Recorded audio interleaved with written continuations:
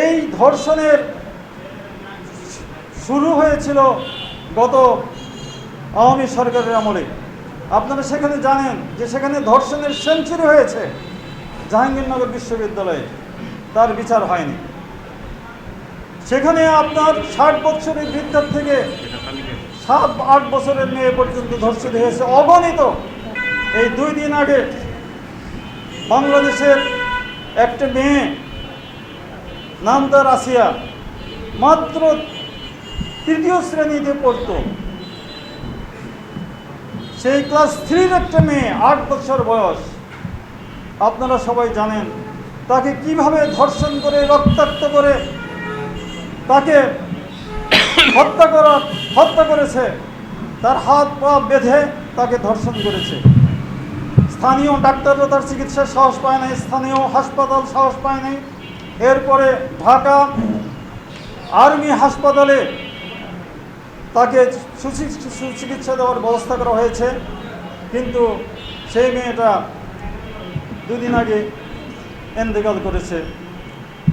এই যে বাংলাদেশের করুণ অবস্থা, এই যে বাংলাদেশের একদল মানুষ হায়নার মতো, পশুর মতো তারা নারীদের উপর নির্যাতন করে, জুলুম করে, এর বিরুদ্ধে আমরা রুখে দাঁড়াতে চাই। আমরা জামাত ইসলামীর পক্ষ থেকে এই সমস্ত ধর্ষকদের বিরুদ্ধে কঠোর শাস্তি দাবি করি। ভাইয়ের আমার, এই ধর্ষণের শুরু হয়েছিল গত আওয়ামী সরকারের আমলে। আপনারা সেখানে জানেন যে সেখানে ধর্ষণের সেঞ্চুরি হয়েছে জাহাঙ্গীরনগর বিশ্ববিদ্যালয়ে, তার বিচার হয়নি। সেখানে আপনার 60 বছরের বৃদ্ধার থেকে 7-8 বছরের মেয়ে পর্যন্ত ধর্ষিত হয়েছে অগণিত। অধিকাংশেরই বিচার হয় নাই।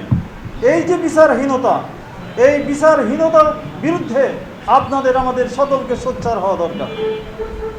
ভাইয়ের আমার, আরেকটা কথা না বললেই নয়।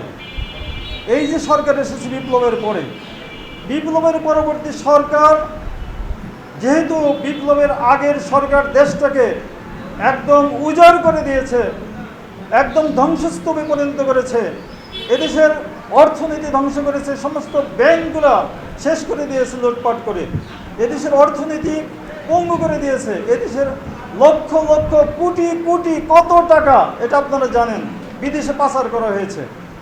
এদেশের মানুষকে স্বাধীনভাবে কথা বলতে দেওয়া হয় নাই, সংবাদপত্রের অধিকার ছিনিয়ে নেওয়া হয়েছে। আপনারা জানেন সেই সাগর রুনি, তাকে হত্যা করা হয়েছিল, সেই বিচারটা আজ পর্যন্ত আলোর মুখ দেখে নাই। অনেক সাংবাদিককে হত্যা করা হয়েছে, নির্যাতন করা হয়েছে, অনেককে কারাগারে পাঠানো হয়েছে। আমি সাংবাদিক ভাইদের প্রতি কৃতজ্ঞতা জানাই, অভিনন্দন জানাই যে 5ই আগস্টের আগের যে আন্দোলন, এই আন্দোলনে অধিকাংশ সাংবাদিক তারা অত্যন্ত মেধার সাথে, অত্যন্ত সাহসিকতার সাথে, অত্যন্ত যোগ্যতার সাথে আন্দোলনের ভূমিকা পালন করেছেন। অল্প কিছু মুষ্টিমেয় সাংবাদিক সরকারের গোলামি করেছে, আমরা তাদের ধিক্কার জানাই। ভাইয়ের আমার, আপনারা ইচ্ছা করলে এই সমাজকে জাগ্রত করতে পারেন, জাতিকে জাগ্রত করতে পারেন।